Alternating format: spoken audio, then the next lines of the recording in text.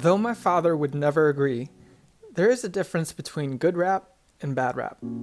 My dad is an equal opportunity rap hater, but his distaste is not unwarranted. Even within Chance the Rapper's catalog, there's much variance. Hot Shower, for instance, is hot garbage.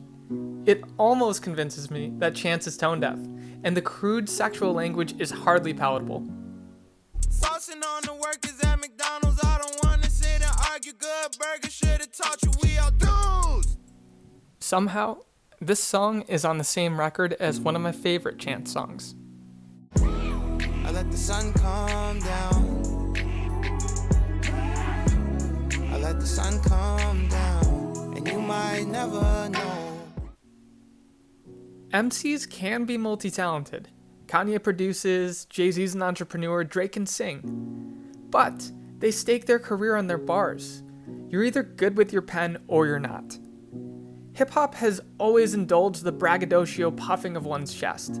See, when someone stakes their pride in something, it reveals who they truly are. But beyond entertaining vulgarities, lesser verses lose sight of good word choice. And so, Sun Come Down is good because it is free of pointless language. To that end, it is allowed to be precise and intelligent and vulnerable. I thought that's the most hip-hop thing.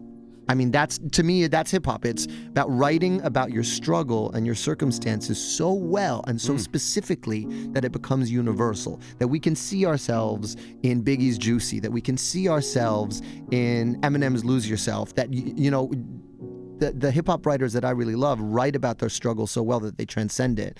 And then I had that idea, and that's the second chapter of the book.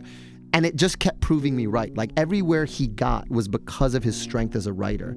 And to me, that's what my favorite MCs do. All this to say, when someone overuses curse words, it hints at an intellectual laziness. In rare instances, a curse word can be shockingly effective. But Hot Shower has no substance because it is filled with vapid profanities and off-color sexual jokes. Why settle for foul language? The English language is capable of so much more. I claim that Hamilton is the most hip-hop guy who ever lived. He has to announce himself with the best lyrics I've ever written in my life. So every couplet took me about a week. It would rhyme at the end of the line, and I would go, I bet I can make this rhyme like 6 more times in here. And it had to be as dense as my favorite rappers. It had to be as dense as Jay-Z, as dense as, and by dense I mean like, don't rhyme just at the end of the line, rhyme 7 syllables, rhyme in, I'm past patiently waiting, I'm passionately smashing every expectation, every action's an act of creation,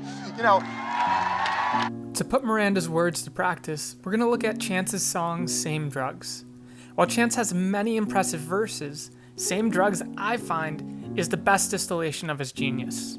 In particular, Chance synthesizes metaphor and repetition and rhyme scheme and illusion so well and so specifically that it becomes universal. So let's warm up with metaphor. The chorus of the song draws a parallel between growing up and using drugs. We don't do the same drugs no more. We don't do the same drugs no more. Effectively, Chance is saying that the innocence and naivety of childhood no longer has the same influence on Chance's adult relationship. In Sober Up, AJR employed the inverse of Chance's metaphor. Won't you help me sober up? Growing up, it made me numb, and I wanna feel something again. Chance reminisces on the potency of childhood, whereas AJR bemoans the numbing effects of adulthood. Chance even uses repetition to stumble through the chorus, almost as if he were under the influence. It's hard to tell where one line ends and the next begins. We don't do the same drugs no more. Now this repetition spills over into the first verse. The most obvious occurrences found in the lines, I thought you never grow up. I thought you never. and I was too late. easy to identify. But look at the minutia of each word and you'll find even more repetition. The beginning letter in when, Wendy, and window helps to create a pattern, an expectation for Chance's listeners.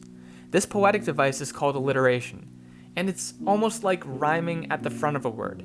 Reading further into the words, Wen and Wendy pair well because of the vowel E.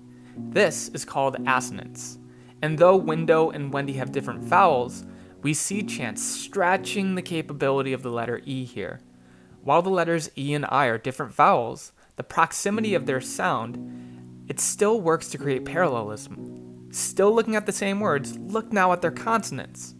Wendid, Wendy, and window all have the consonants N and D, creating further cohesion. This is called consonance. And let's go one step further. Just as these words start with repetition, they end with repetition as well. Wendid and Wendy creates a rhyme between the syllables did and D. And while window breaks this pattern, it doesn't rhyme with Wendy or Wendid. Window links up with the assonance that stretches to the other words in these lines. Here, the O binds the lines together with a similar vowel sound. This is the true work of a wordsmith. Chance works certain words into a putty, stretching out how we hear their vowels, and other words he works into a glue, unifying phrases, connecting ideas. The beauty of the words Wendid and Wendy is that alliteration, assonance, and consonants coalesce to create a multisyllabic rhyme scheme. Wen rhymes with wen, and did rhymes with D. The reason feminine rhymes sound so pleasant is that it gives these lines a sense of structure and purpose. Change in aged also helps to firm up the end of these lines. The first two lines are, in effect, bookended with rhyme. Closed and old also are another instance of slant rhyme. So, for those keeping score, Chance employs repetition, alliteration, assonance, consonants, feminine rhyme, internal rhyme, and external rhyme in 8 short bars. Most rap verses are 16 bars. For reference, The Heart and Tongue has 2 16-bar verses in which Chance is equally as poetic. Looking at an excerpt, Chance uses parallelism to set up our expectations as listeners. The truth, the lies, and the soul are used to explore entirely new ideas and use the word the to introduce a new noun, introduce a new idea. The end of these 4 lines uses the words justified it, rushed to hide it, touch of Midas, and ultraviolet to create feminine rhyme. Thematically, though, The Heart and the Tongue is more eclectic than Same Drugs. Chance jumps from talking about Jesus' crucifixion to an idiom about truth to a Greek myth to the Holy Spirit. Though brimming with creativity and flair, The Heart and Tongue, for my taste, pales in comparison to the simplicity and the elegance of Same Drugs, and I love Heart and Tongue. We've talked about how Chance reinforces this truncated Same Drugs verse with literary, poetic, and rhetorical devices. In terms of literary merit, the architecture of this verse is reinforced with concrete and steel beam. And if we're making out verses to be buildings, I much prefer the thematic minimalism with which Same Drugs decorates to the way The Heart and the Tongue hoards idiom and pun and metaphor and allusion. Over the top of the intricate sound devices, Chance alludes to the fictional story of Peter Pan. For the uninitiated, the titular character fell out of his baby carriage when his nurse was looking the other way. Looking for his shadow, then, he happens upon Wendy's nursery. So at the beginning of the story, he teaches Wendy how to fly. They then fly off to Neverland, where the aptly named Lost Boys are lost into perpetual childhood, never to grow up. Eventually, Wendy returns to her nursery and decides to grow up. Later in the song, when Chance mentions, When did you start to forget how to fly? he is lamenting the fact that his Wendy has grown up. Every line in verse 1 piggybacks off of the thematic advances that Peter Pan makes. Just as drugs are a window to another world, Peter Pan gives Wendy a window into childhood, and Wendy gives Peter a window into adulthood. Tragically, for Peter Pan, he will never know what it means to grow up. Perhaps more tragically, for Wendy, she has forgotten what it means to be a child. The window is just the intersection point of these tragedies. I'm so glad you came back tonight. I might never have seen you. Why? Because I have to grow up tomorrow. Grow up? Tonight's my last night in the nursery. But that means no more stories. No, I won't have it. Whether it be the thematic ties to Peter Pan or the mechanical precision of Chance's poetry, my ears happen upon another dimension of Chance's genius each time I listen to the song. A good cook can trigger different parts of a palate, creating intriguing dishes that play with our taste buds.